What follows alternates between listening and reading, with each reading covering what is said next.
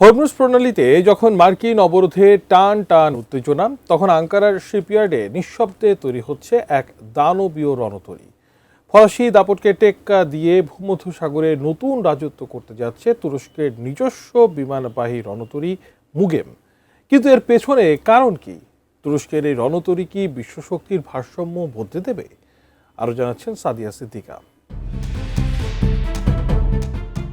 বিশ্বের নজর যখন হরমুজ প্রণালীতে মার্কিন অবরোধের উত্তেজনায় নিবদ্ধ, ঠিক তখনই তুরস্কের শিপইয়ার্ডগুলোতে নিঃশব্দে রচিত হচ্ছে এক নতুন সামরিক ইতিহাস। কোনো প্রকার হাকডাক ছাড়াই আঙ্কারা এগিয়ে নিচ্ছে তাদের প্রথম নিজস্ব বিমানবাহী রণতরী মুগেমের নির্মাণ কাজ। তুর্কি নৌবাহিনীর প্রধান অ্যাডমিরাল এরকোমেন্ট তাথলিওর সাম্প্রতিক ঘোষণা অনুযায়ী নির্ধারিত সময়ের প্রায় 1 বছর আগেই রণতরীটির মূল কাঠামো তৈরির কাজ শেষ হতে যাচ্ছে, যা আগামী বছরের শেষ নাগাদ পূর্ণাঙ্গ রূপ পাবে। কোয়ালিটি সম্পন্ন আন্তর্জাতিক মানের steel bar CSRM, committed for better steel. 60,000 ton ওজনের এবং 285 মিটার দৈর্ঘ্যের এই দানবীয় জাহাজটি ফরাসি নৌবাহিনীর গর্ব শার্লস দ্য গলকেও ছাড়িয়ে যাবে, যা বর্তমানে ভূমধ্যসাগরের সবচেয়ে শক্তিশালী ফ্ল্যাগশিপ হিসেবে পরিচিত। 2025 সালের আগস্টে প্রেসিডেন্ট রিসেপ তাইয়েপ এরদোয়ানের হাত ধরে শুরু হওয়া এই প্রকল্পে অন্তত 60টি বিমান ও ড্রোন মোতায়েনের সক্ষমতা থাকবে, যার সাথে যুক্ত হবে দ্রুত টেক অফ করার অত্যাধুনিক ব্যবস্থা। যুক্তরাজ্য ভিত্তিক সংবাদ মাধ্যম মিডল ইস্ট আইয়ের এক প্রতিবেদনে এই তথ্যটি নিশ্চিত করা হয়েছে।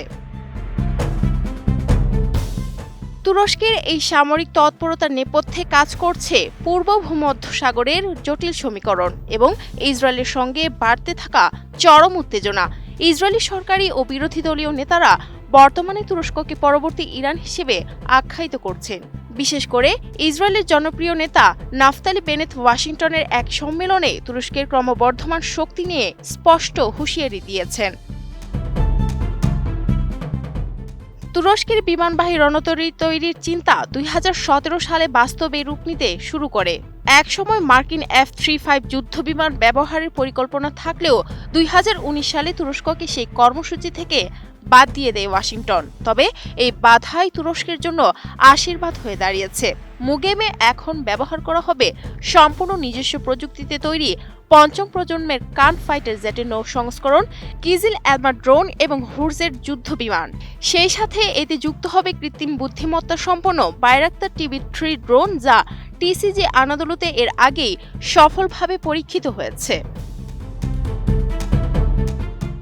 তবে এই বিশাল কর্মযজ্ঞ নিয়ে তুরস্কের অভ্যন্তরে মিশ্র প্রতিক্রিয়াও রয়েছে।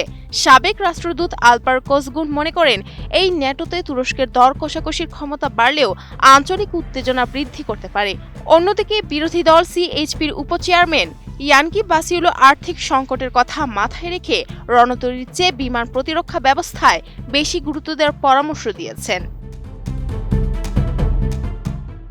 এত সব বিতর্কের মাঝেও আঙ্কারা তার লক্ষ্য থেকে বিচ্যুত নয়। লিবিয়া থেকে সোমালিয়া পর্যন্ত নিজেদের বর্ধিত প্রভাব ও জ্বালানি স্বার্থ রক্ষায় এই রণতরী হবে তুরস্কের প্রধান ঢাল।